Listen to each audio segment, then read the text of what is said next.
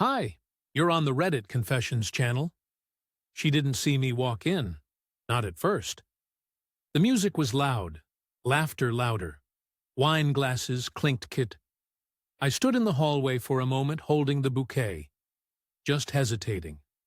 That already says a lot, doesn't it? A husband holding flowers, afraid to give them to his wife. I wasn't coming home from war. I wasn't graveling after a fight. I was just coming home early with flowers, because I missed her, because I still cared. Because maybe deep down I thought she'd smile the way she used to. But I should have known better. Marina, my wife, was holding court in the living room, wine swirling in her glass like a queen at her throne. Her friends surrounded her like handmaids, Jen smirking, Courtney already tipsy and a new one. Olive skin, soft curls, eyes that actually noticed me. I hadn't seen her before. I stepped in and held up the bouquet. Light pink lilies and pale dahlias carefully picked by me, not some random guy in a rush at CVS. These reminded me of you, I said. Just that. Marina didn't even blink. She looked at her friends, then back at me, and said loud enough for the whole block to hear. Oh, how retro flowers. What is this? 2004. Laughter, snorting. Courtney actually clapped. Jen leaned over and muttered, maybe next time bring her a TikTok filter. I stood there looking like a magician whose rabbit had vanished mid-act. My fingers tightened around the stems. I cleared my throat and turned to leave. But then that new girl spoke. They're beautiful, she said.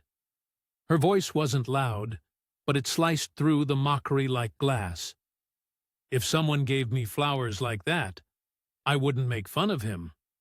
The room fell still, and I did something I didn't plan, didn't even think about. I walked over, handed her the bouquet, and said, then maybe you should have them. Marlena's mouth opened, but no words came out, just silence. The woman, her name was Raina, I'd learn later, looked at me like I was a ghost from a better world. She took the flowers gently, almost reverently. Thank you, she whispered. And she meant it. Marina blinked. You're giving my flowers to my guest now. They weren't your flowers, I said. You made that clear. She started to say something else, but I didn't wait to hear it. I turned, walked upstairs, and sat on the edge of the bed, wondering what just happened. But that little act, that impulsive, awkward handoff of a bouquet, would become the start of something far bigger than I ever expected. Something that would unravel lies I didn't even know were being told. And in the middle of it all, that smile Raina gave me would keep echoing in my head, because someone noticed me. And that was more than I'd felt in months. Raina's smile stayed with me longer than it should have. I lay in bed that night, eyes open, heart racing, not with attraction, but with something more unsettling. Guilt, validation, or maybe just the unfamiliar warmth of being seen, even for a second. Meanwhile, Marina never came upstairs. I heard them laughing again an hour later like nothing happened, like I hadn't just been humiliated in my own living room. The next morning, she acted like it never happened. No apology, no mention of the flowers, just her usual distracted scrolling over coffee, wearing the same robe she wore when I proposed to her, back when I still believed love was loud enough to be heard. But everything started shifting after that night. Rhea began showing up more often. I thought maybe it was coincidence, but the way she looked at me told a different story. She was quieter than Marina's other friends, more observant. I caught her watching me once while I was fixing the broken door to the patio. Not in a flirty way, but like she was curious. Like she couldn't figure out how someone like me ended up with someone like Marina. I couldn't figure it out either anymore. Then came the brunch. Marina threw this rooftop brunch for her birthday. She didn't ask if I was free, just told me I'd be there. I bought her this stupidly expensive bottle of wine she mentioned in passing weeks ago. Took me hours to track it down. I even wrote a card, something real about how I missed the version of us that didn't feel like roommates. I handed it to her before the guests arrived. She barely looked up. "Thanks," she muttered, then shoved it in her purse. No hug, no kiss, just, "Can you take pictures during the brunch?" My phone's low on storage. So yeah, that was my role. Human selfie stick. When Raina showed up, something shifted again.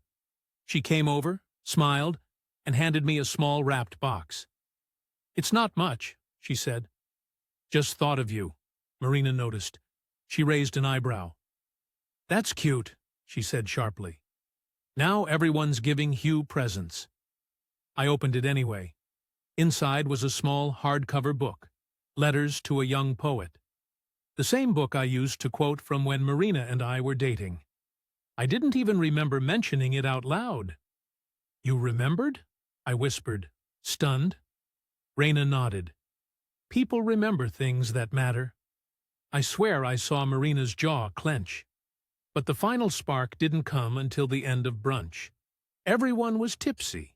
Music was playing, and Marina decided it would be funny to have everyone go around and roast their partner or ex. Her friends loved it. When it got to her, she raised her glass and said to Hugh, who still thinks flowers solve emotional distance, and who once cried because I forgot our civersary. Laughter, loud, cruel. Rhea didn't laugh. She stood up, walked over, and whispered something in Marina's ear. I couldn't hear it, but Marina's face darkened instantly. Then Raina walked out. Didn't say goodbye to anyone. I followed 10 minutes later. I found her waiting outside by her car, arms crossed. "You okay?" I asked. She turned to me slowly. "Why do you let her treat you like that?" I didn't have an answer. Maybe I didn't want one. But her next words, they split my world wide open. She told us once at dinner that she married you because you were the safest option. That no matter what she did, you'd never leave. Is that true, Hugh? Are you really that safe? I didn't answer, because deep down, I was afraid I was. Raina's words didn't just echo in my head. They stayed like a cold draft under a locked door. "Are you really that safe?" she'd asked. And I hated that I didn't know the answer. For the next few days, I replayed everything. Marina's smirk when I handed her the flowers, her laughter at brunch, the way her eyes only softened when other people were watching. I'd spent years convincing myself that her coldness was stress or exhaustion or just how she is. But Raina had cracked something open that I couldn't close again. By Wednesday, Marina was pretending nothing had happened. She even sent me a text that morning. "Pick up something for dinner." No apology, no conversation, just orders. I grabbed takeout, came home early, and found her sitting on the couch with her laptop laughing. "Who's that?" I asked. She turned the screen away a little too fast.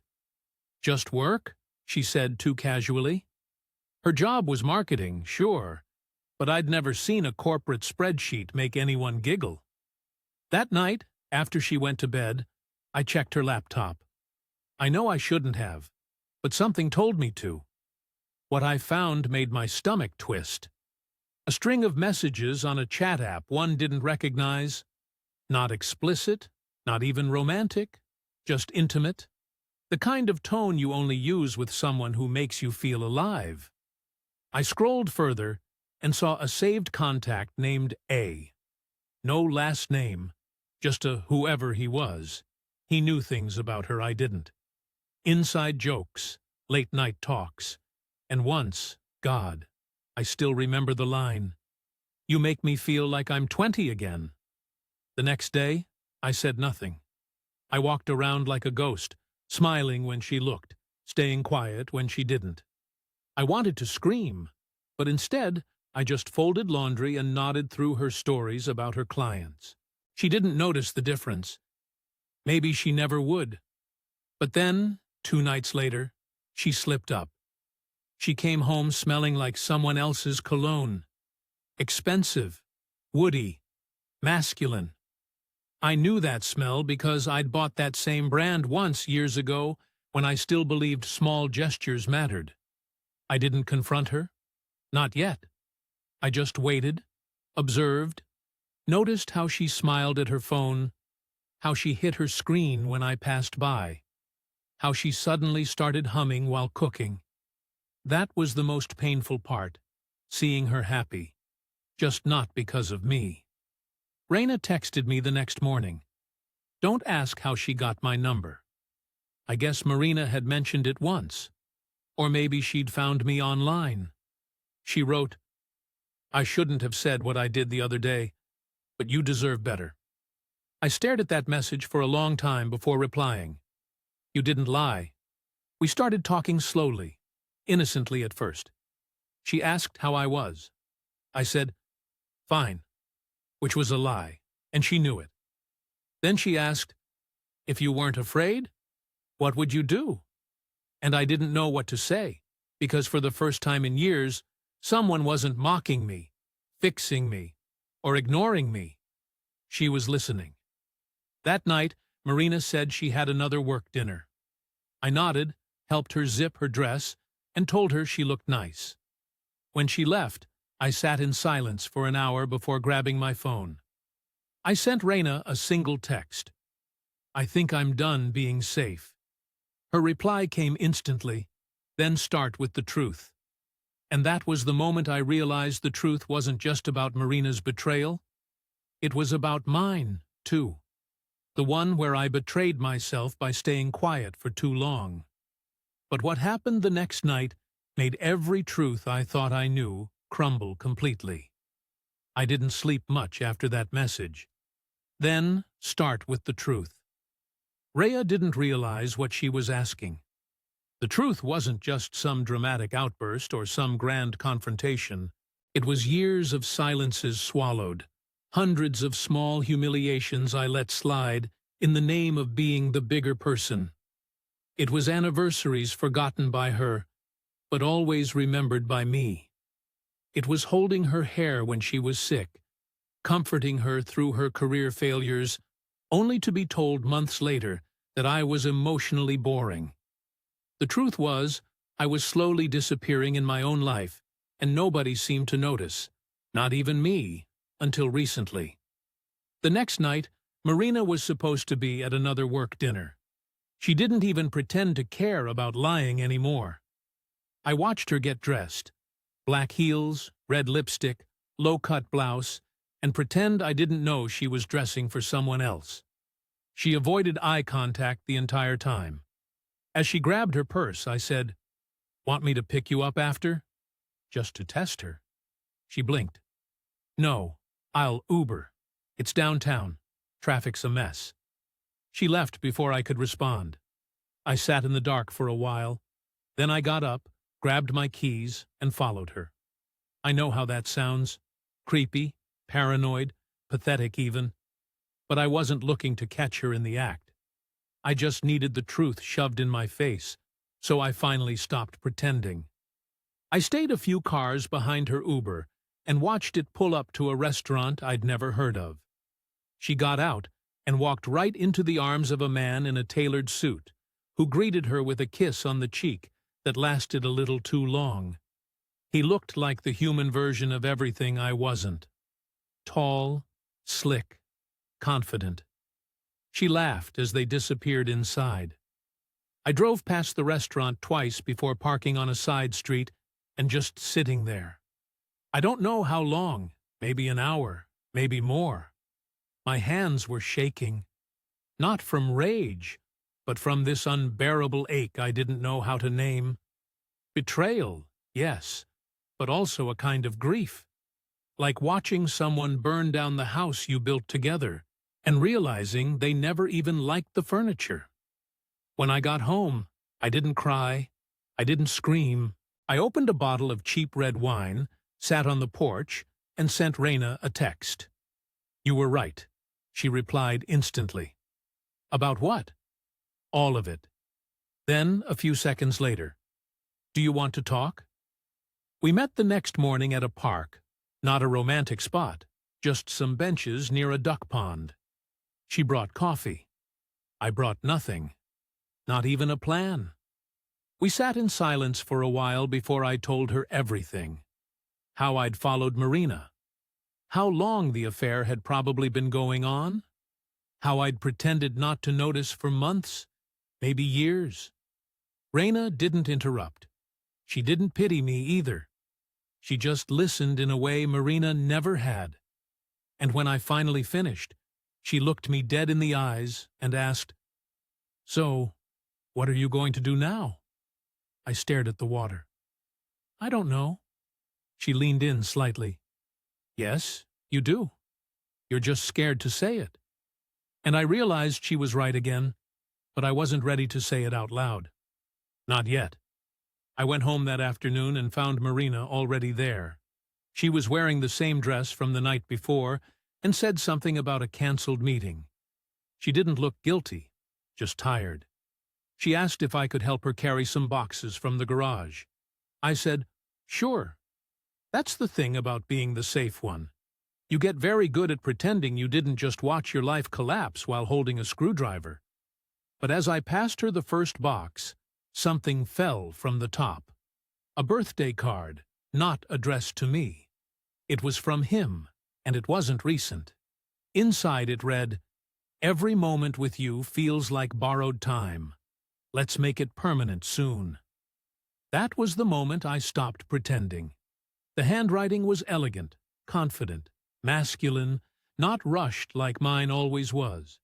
The kind of handwriting that comes from someone who's used to signing things, checks, contracts, love letters.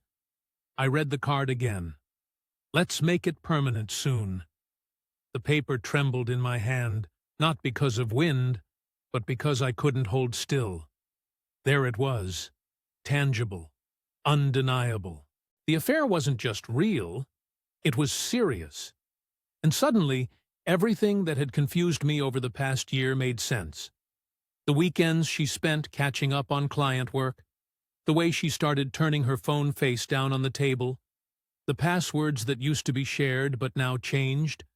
Even her fake laughter at brunch wasn't just cruelty. It was deflection. She was already halfway out the door while I was still showing up with flowers, thinking I could fix this.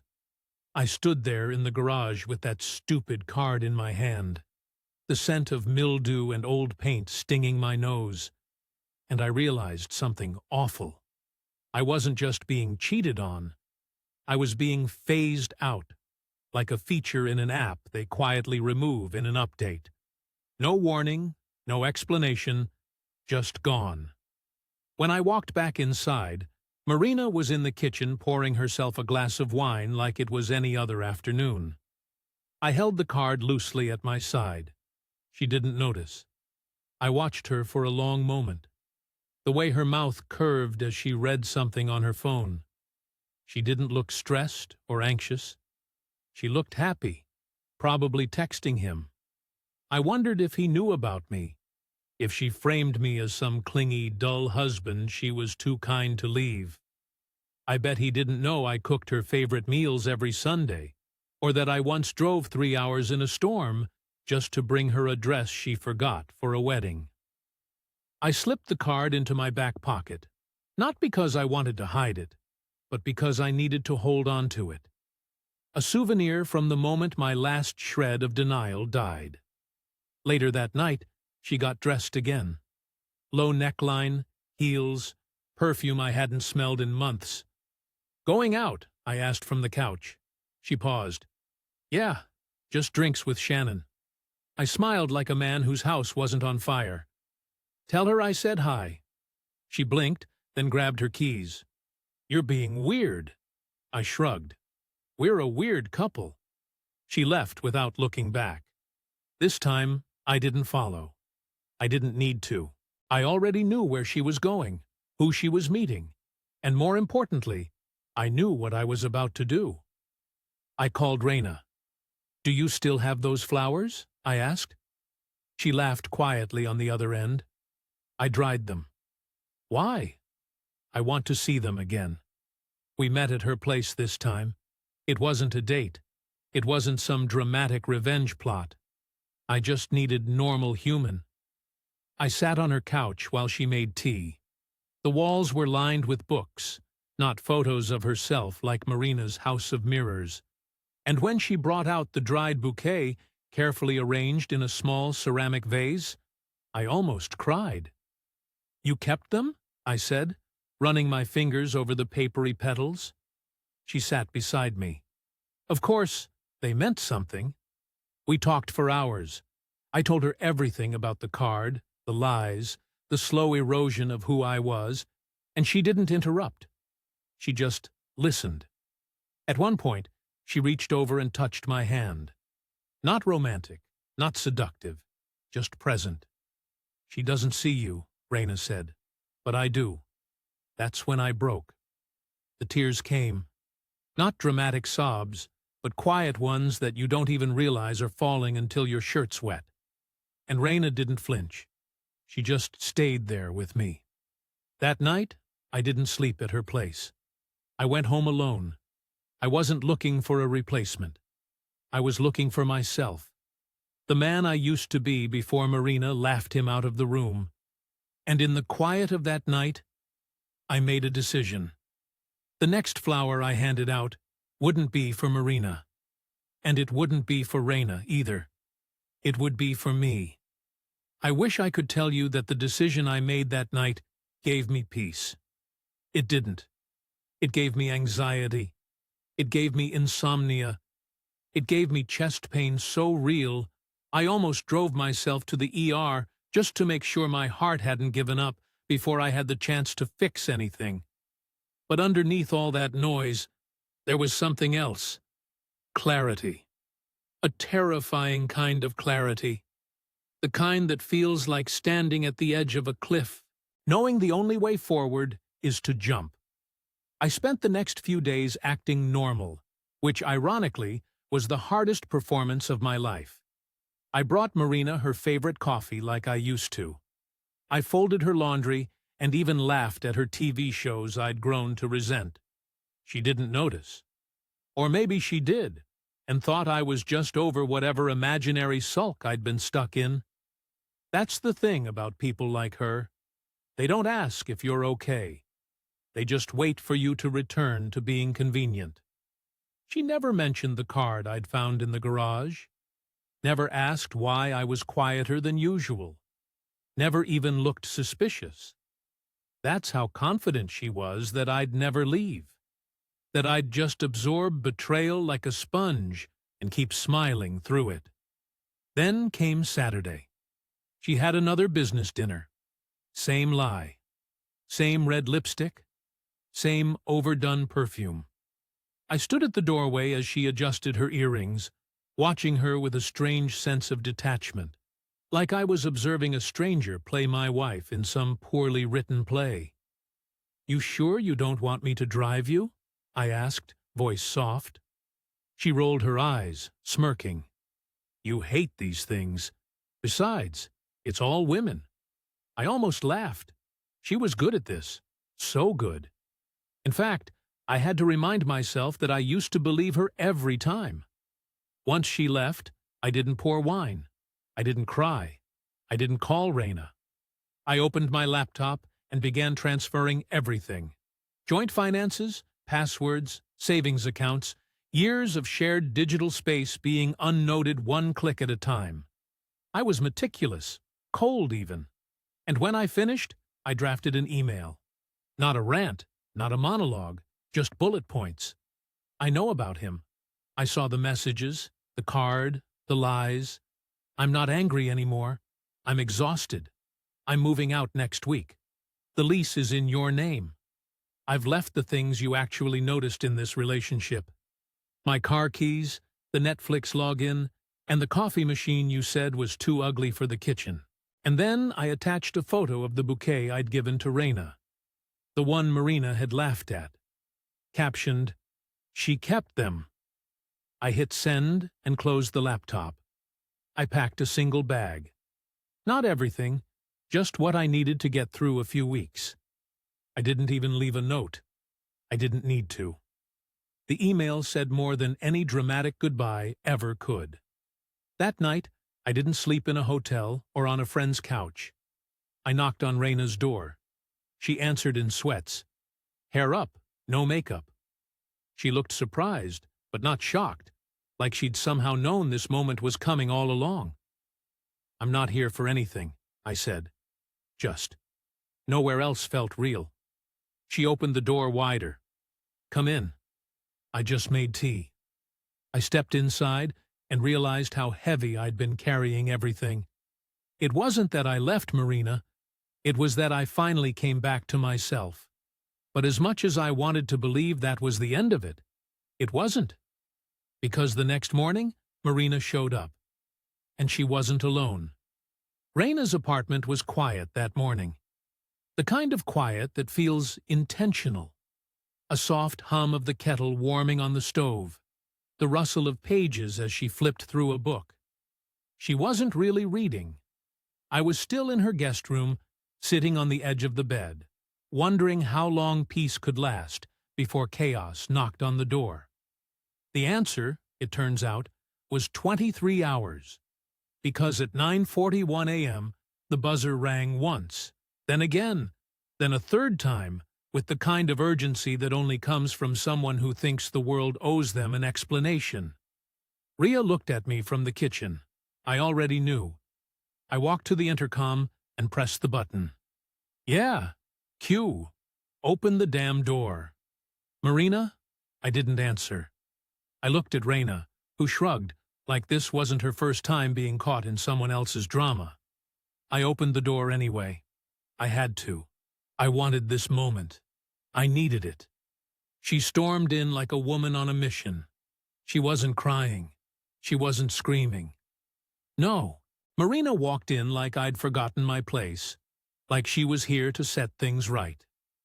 Her eyes scanned the apartment, then landed on Raina, who was still standing by the kitchen, calm as ever, sipping tea like this was just another Sunday. "Oh," Marina said coldly. "So, it's her." I didn't flinch. "You're not surprised?" She turned to me, jaw tight. "No, I'm insulted." I actually laughed. I couldn't help it. "You're insulted? You left me, Hugh. You just vanished." "You were already gone," I said. "You just forgot to tell me." She folded her arms.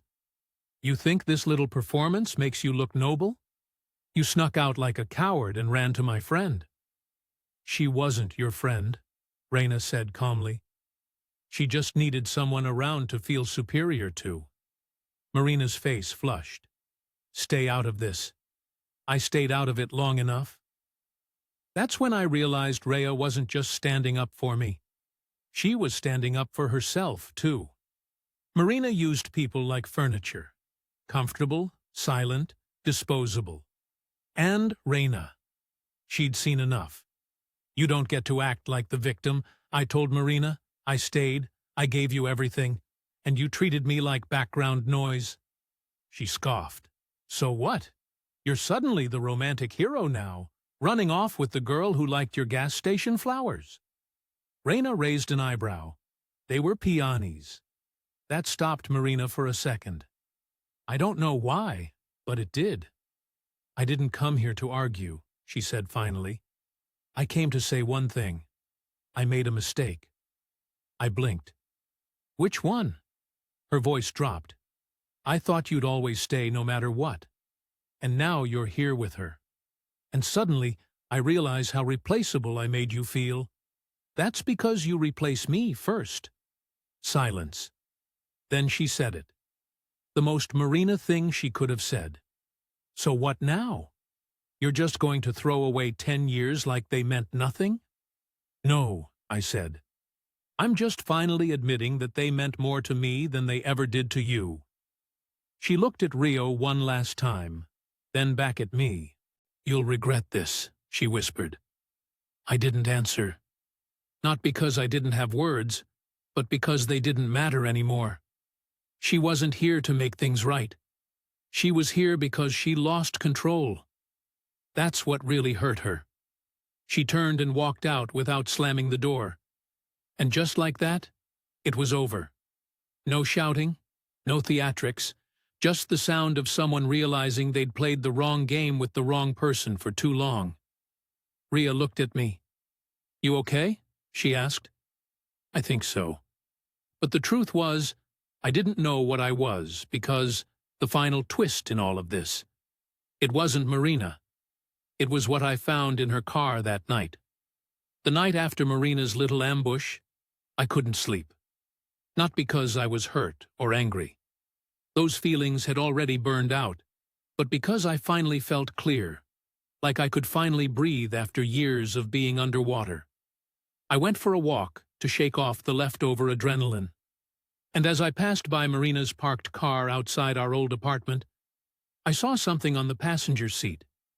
It wasn't hidden, just lying there like an afterthought. A printed itinerary. 2 names, 2 tickets. A romantic weekend booked a month ago. It was for next weekend, the same one she told me she had to go to her cousin's engagement party. There was his name again, the man she thought was her upgrade. And next to it, a reservation for a couple spa package, dinner for 2, and a note. Ask about honeymoon suite upgrade upon check-in.